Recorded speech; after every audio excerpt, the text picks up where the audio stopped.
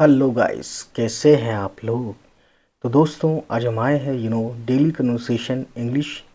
ठीक है, और हमारे चैनल देख सकते हैं, रीड इंग्लिश विद ज़िया। तो ये डेली कन्वर्सेशन है। जब भी आप किसी से मिलते हैं या कहीं भी आप जाते हैं नई जगह पे या किसी से बात करते हैं, तो कुछ आपको सेंटेंसेस आपको मालूम होना चाहिए जो कि लिखे हुए हैं मैंने, और उसका हिंदी में हमने इसका अनुवाद यानी ट्रांसलेशन किया हुआ है। ठीक है, तो सबसे पहले शुरुआत हम करते हैं। Hello, how are you. इसका मतलब यही होता है कि हेलो का मतलब, देखिए, अगर मुस्लिम है तो सलाम होगा और हिंदू है तो नमस्ते। ठीक है, तो हेलो इंग्लिश में सलाम या नमस्ते को बोलते हैं। ठीक, ग्रीटिंग है ये वर्ड। आप कैसे हैं, हाउ आर यू, आप कैसे हैं। तो मिलने के बाद जब हम कहना चाहते हैं कि आपसे मिलकर अच्छा लगा, तो कहते हैं इंग्लिश में नाइस टू मीट यू। इसके सामने देख सकते हैं लिखा हुआ है ये। ठीक, अगला है सेंटेंस। हम पूछते हैं किसी से भी उसका नाम, तो हम ये कहते हैं इंग्लिश में व्हाट इज़ योर नेम, मतलब आपका क्या नाम है। एक और क्वेश्चन हम करते हैं, किसी से भी मिलते हैं तो कहते हैं वेयर आर यू फ्रॉम, मतलब आप कहाँ से हैं, यानी आप कहाँ के रहने वाले हैं, आप कहाँ से हैं। ठीक है,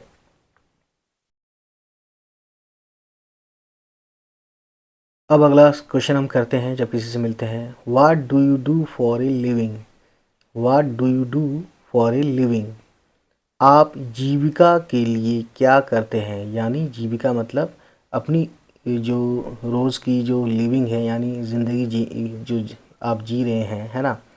रोज़मर्रा की ज़िंदगी कैसे जीते हैं, यानी इसको करने के लिए आप क्या काम करते हैं। ठीक है, what do you do for living, यानी अपने जीने रहने के लिए क्या काम करते हैं। तो ये काम एक्चुअली हमें ये पूछना होता है किसी से कि आप क्या काम करते हैं, तो हम ये क्वेश्चन करते हैं। ठीक, तो अगला क्वेश्चन है can you repeat that please. ये हम जब कहते हैं, वैसे इसके बहुत सारे वर्ड, बहुत सारे सेंटेंसेस में इसको बोलने के लिए, लेकिन हम जब ये बोलना चाहते हैं, कब बोलना चाहते हैं, हम ये कहते हैं जब हम ये कहना चाहते हैं सामने वाले से कि हमें जो है, आप जब कोई कुछ कहता है और हमें समझ में नहीं आता, तो हम ये जब कहना चाहें कि क्या आप इसे दोहरा सकते हैं, तो इंग्लिश में बोलते हैं can you repeat that please, can you repeat that please.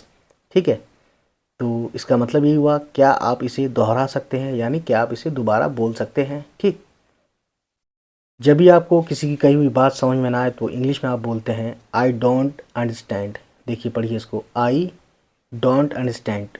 ठीक है, वैसे डोंट क्या है, डू नॉट का शॉर्ट फॉर्म है। ठीक है, एब्रीविएटेड फॉर्म है डोंट, डू नॉट का। ठीक, आई डोंट अंडरस्टैंड मतलब मुझे समझ नहीं आया।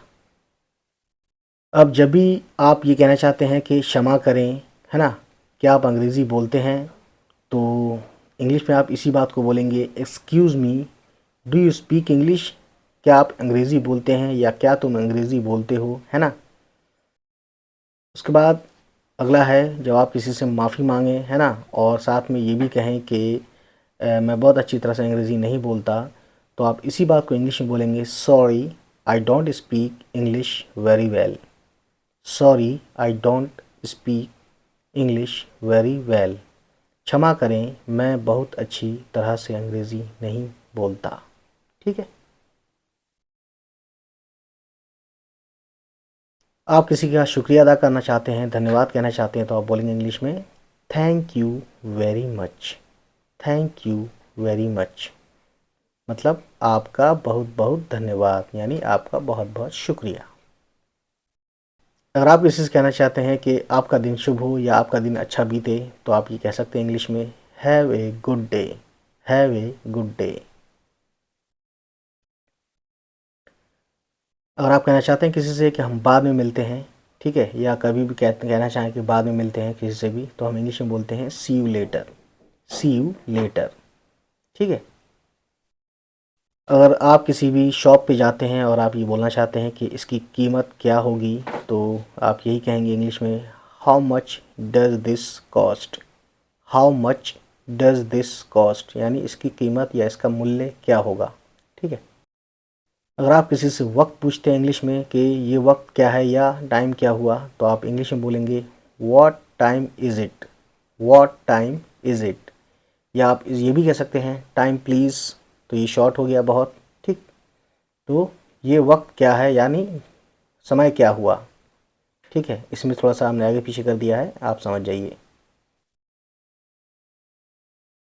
अगर आप कहीं भी जाते हैं और आप किसी से पूछना चाहते हैं कि हमें, जैसे मान लीजिए आपको ज़रूरत पड़ गई, नेचर कॉल आ गई आपको, ठीक है, नेचर कॉल यानी कि नंबर 1 या नंबर 2, तो अगर आपसे पूछना चाहते हैं किसी से कि सबसे करीब में शौचालय कहाँ है या शौचालय किधर है, तो आप यही पूछेंगे, इंग्लिश में कहेंगे where is the nearest restroom, where is the nearest rest room.